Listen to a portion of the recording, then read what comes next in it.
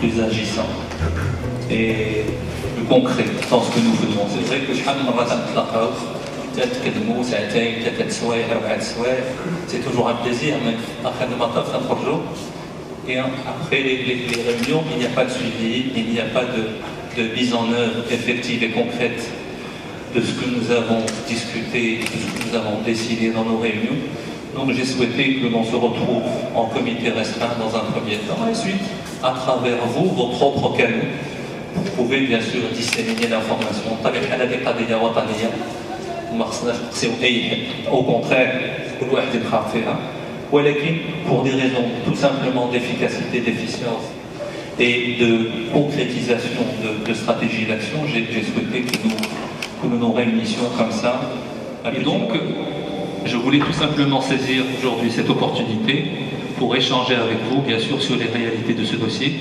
Je ne vais pas rentrer dans les détails parce que l'objet n'est pas aujourd'hui de rentrer dans les contenus des résolutions, dans les textes, etc., mais essayer de brosser tout simplement une sorte un petit background sur la réalité de ce dossier, sur les contre-vérités surtout qui sont véhiculées aujourd'hui, toute l'instrumentalisation qui est faite par le Polisario et l'Algérie, bien sûr, de questions essentielles de manière totalement indigne et totalement vicieuse, notamment sur les questions, par exemple, des droits de l'homme, sur les questions de l'exploitation des ressources naturelles, par exemple, qui sont aujourd'hui les axes d'attaque des angles d'attaque de la propagande polisarienne et algérienne. Cette réunion d'aujourd'hui, qui va être suivie de plusieurs autres réunions dans les jours qui viennent, à Anvers, à Liège et dans d'autres villes, s'inscrit bien sûr dans le cadre de toute cette campagne de sensibilisation adressée à la communauté marocaine sur la question nationale. Et ça fait suite évidemment au dernier discours de Sa Majesté à l'ouverture de la session parlementaire, qui a axé bien sûr sur la prise de responsabilité de la part de l'ensemble des citoyens marocains par rapport à cette question, c'est-à-dire que chacun doit bien sûr assumer sa responsabilité en tant que citoyen par rapport à la question nationale. À charge pour nous évidemment, et c'était l'objet de cette réunion, c'est d'informer sur tout le background de la question nationale, sur l'évolution du dossier bien sûr, sur la question de toutes les manœuvres ourdi par les adversaires de l'intégrité territoriale du Maroc, et pour faire en sorte que la communauté marocaine, la diaspora marocaine se mobilise autour de la question nationale qui est l'acte sacré du Royaume du Maroc aujourd'hui. Bien que la majorité des Marocains est sensible, elle est mobilisée autour de la question nationale, mais le problème c'est qu'effectivement, quand il s'agit de sortir sur le terrain, malheureusement, j'étais témoin, j'étais là présent devant l'ambassade, devant le consulat de l'Algérie, donc je pense à l'avenue Moulière, on a été là, c'était 300-400 personnes. Quand on me dit qu'il y a plus de 600 000 Marocains en Belgique, je me dis 300-400 personnes, c'est infinitésimal par rapport à l'effectif. L'histoire de Sarah, personne ne la connaît chez les jeunes. Il faut arrêter. Vous prenez 10 jeunes maintenant dans la rue, il n'y en a aucun qui connaît l'histoire. Moi-même, je ne la connais pas. Donc, il faut parce que voilà. Je ne dis pas porte-parole de la jeunesse parce que c'est pas vrai, parce qu'on est tous porte-parole de nous-mêmes et on est tous ambassadeurs quelque part de notre communauté. Mais je crois qu'il y a un vrai travail à faire avec les jeunes. Aujourd'hui, les jeunes ne savent pas qui ils sont. Quand ils vont voir un match de foot Belgique-Maroc, ils ne savent pas s'ils sont belges, s'ils sont marocains. Donc pour ça, il faut travailler sur le terrain.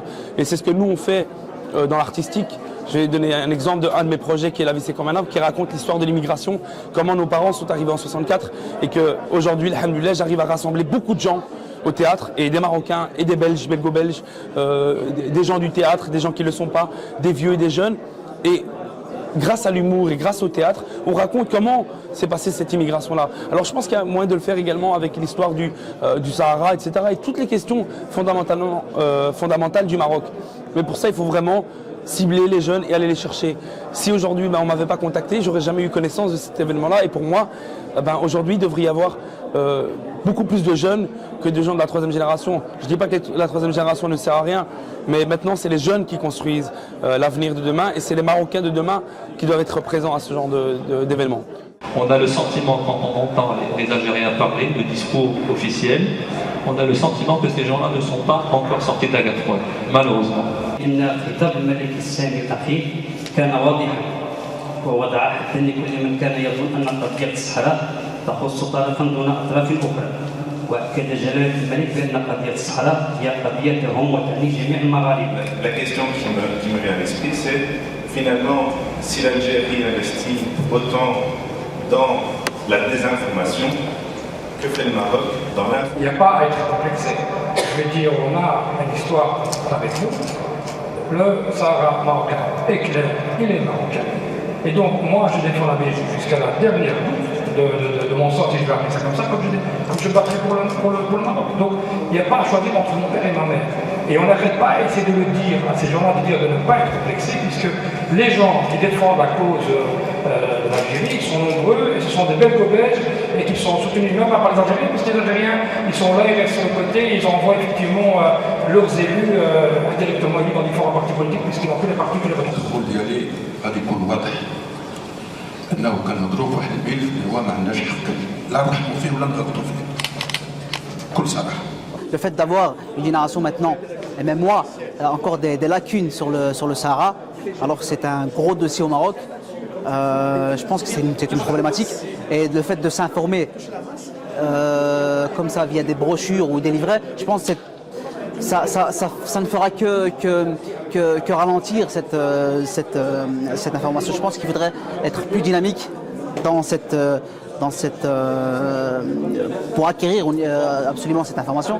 Et je pense que voilà, via des spectacles, via des échanges, pour moi c'est le principal. En tout cas, je parle en mon nom, je pense que ce serait la meilleure solution. Comme je l'ai dit à mes concitoyens tout à l'heure, au Maroc, alhamdoulilah, il y a un espace de liberté, un espace d'expression. On peut diverger sur beaucoup de choses, on peut critiquer, on peut s'exprimer, ce qui est salutaire pour notre démocratie aujourd'hui en construction. Mais il y a des causes sur lesquelles il y aura un consensus national et une mobilisation nationale. Et la cause du Sahara marocain est une cause sacrée autour de laquelle nous devons tous nous mobiliser. Et nous essayons à travers, bien sûr, cette démarche de donner des outils à la communauté pour pouvoir défendre la cause de manière juste, de manière légale, en toute connaissance de cause, bien sûr sur les aspects historiques, sur les aspects juridiques, sur l'évolution du dossier au niveau des Nations Unies, sur l'instrumentalisation d'un certain nombre de sujets comme celui des droits de l'homme, question de l'exploitation des ressources, etc.